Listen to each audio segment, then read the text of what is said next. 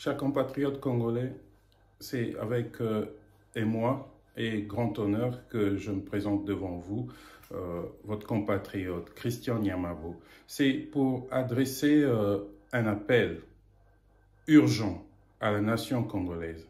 En tant que peuple, tous, comme un seul homme, pour l'intérêt commun qui cette fois-ci nous touche dans notre chair, nous touche dans notre dignité, nous tous dans tout ce qui fait de nous ces grands peuples de la RDC. Je ne m'adresse pas qu'aux Congolais contemporains, vous qui me suivez. Je m'adresse à ceux qui nous ont précédés, ceux qui ont fait que le Congo soit ce grand pays-là au cœur de l'Afrique. Ce Congo-là est menacé aujourd'hui. Plus que jamais, la menace n'a été aussi sérieuse. Et le Congo menacé, de ces 3 dernières décennies, nous savons d'où la menace vient. La menace vient du Rwanda. Je viens secondement m'adresser à nos dirigeants, en commençant, comme on dit, tout seigneur, tout honneur, par notre chef de l'État, Félix Antoine Tshisekedi. Nous pensons que l'heure est grave. L'heure est réellement à l'unité de la nation. Toutes les forces vives, les forces politiques, nos services, notre population, que vous soyez civil, militaire ou policier, portez le Congo dans votre cœur, portez le Congo sur votre chair, portez le Congo comme identité, vous êtes Congolais. Ceci nous concerne tous. Nous pensons qu'il est grand temps que le chef de l'État, Félix Antoine Tshisekedi, réunisse le Congolais, que nous soyons réunis comme nous l'étions en 1998, sous le commandement de Mzee Laurent Désiré Kabila. L'heure n'est plus à conduire les affaires de l'État de manière traditionnelle. Nous vivons des moments exceptionnels. Et si nous continuons à mener le bateau comme s'il n'y avait pas de tempête à bord, comme si tout se déroulait à la normale, le bateau est au point de chavirer. Et ce grand bateau, c'est le Congo. Nos ennemis ne dorment pas. Pendant que nous accueillons le pape, ce qui n'est pas une mauvaise chose, le Parlement rwandais s'est réuni pour débattre sur la question de conflit historique entre la RDC et le Rwanda comme raison de l'insécurité récurrente. Insécurité récurrente est un petit mot, l'insécurité récurrente. En réalité, c'est de l'agression perpétuelle du Rwanda contre la RDC depuis 1990. Nous avons subi cela et Kigali s'apprête à semer un coup fatal à la RDC. Souvenez-vous que nous avons plus de 10 territoires congolais entre les mains de Kigali, puisqu'ici il n'est pas question de reprendre le narratif de Kigali, le narratif rwandais, parler d'un conflit congolo-congolais en mettant en avant le M23 et les autres groupes armés dont il se targue. Souvenez-vous de sa dernière sortie avec Jeune Afrique. Il ne se cache même plus. Il justifie la présence de ses forces spéciaux. Il justifie le fait qu'il conduit des opérations de déstabilisation en RDC au nom de la sécurité de son pays, en mettant en exergue une menace fictive.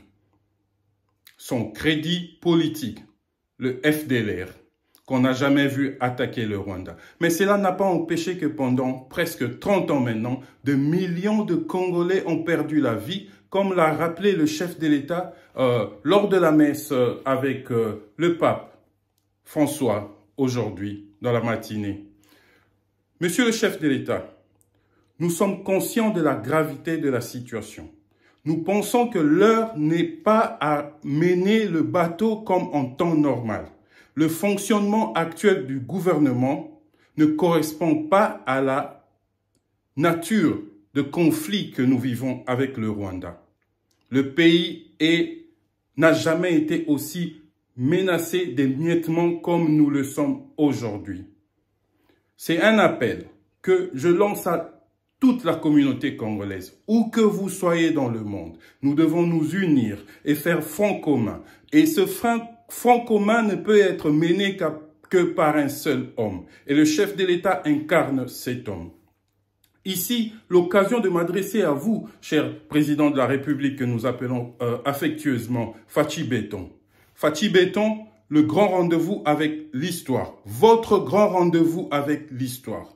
Votre grand rendez-vous pour être ces meneurs d'hommes qui organisera la résistance et la reprise de l'honneur longtemps bafoué de la RDC. Ce grand rendez-vous est maintenant et je vous prie de ne pas le rater. Vous devez endosser votre uniforme de meneur d'hommes, comme l'avait fait Mouzé. Ici, je ne viens pas vous donner des recommandations comme si c'était des injonctions. Ce sont des recommandations patriotiques que j'adresse au numéro 1 de ma nation, le chef de l'État Félix-Antoine Tshisekedi.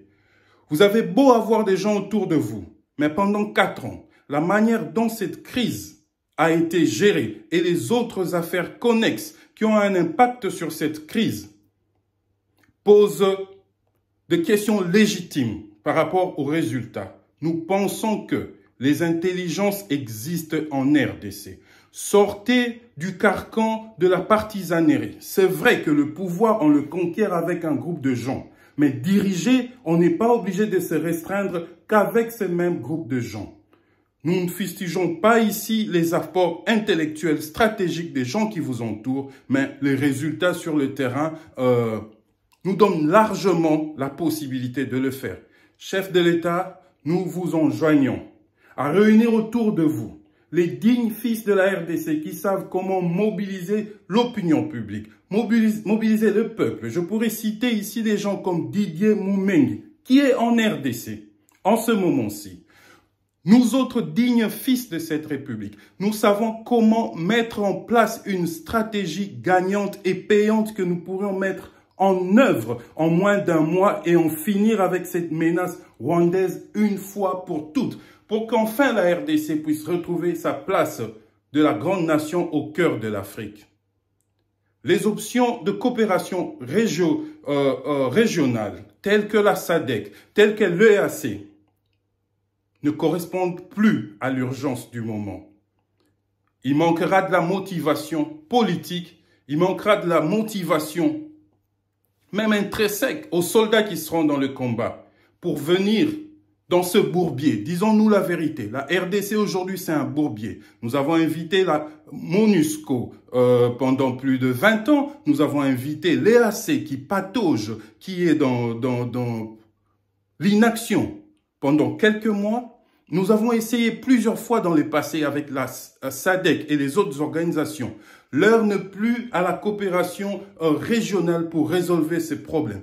L'heure est à la coopération bilatérale avec de multiples partenaires. Et nous pouvons mettre en place très rapidement, par rapport à nos potentialités, notre rôle géostratégique dans la région. La RDC qui se renferme vers elle-même, c'est plusieurs pays comme la Namibie, l'Angola, la Tanzanie, l'Afrique du Sud et voire même la Chine qui vont en souffrir sérieusement économiquement. L'effet boomerang aura beaucoup plus de répercussions que la crise ukrainienne a eu sur le monde. Chef de l'État, réunissez les intelligences. Je ne viens pas demander un travail ici. Si je fais partie de cette équipe, tant mieux, parce que j'estime que j'ai à apporter en urgence. Sinon, je vous demande d'aller chercher au-delà de clivage. Cherchez au-delà de ceux qui vous entourent maintenant et agissons car l'heure est grave. Que vive la RDC, que Dieu bénisse le Congo.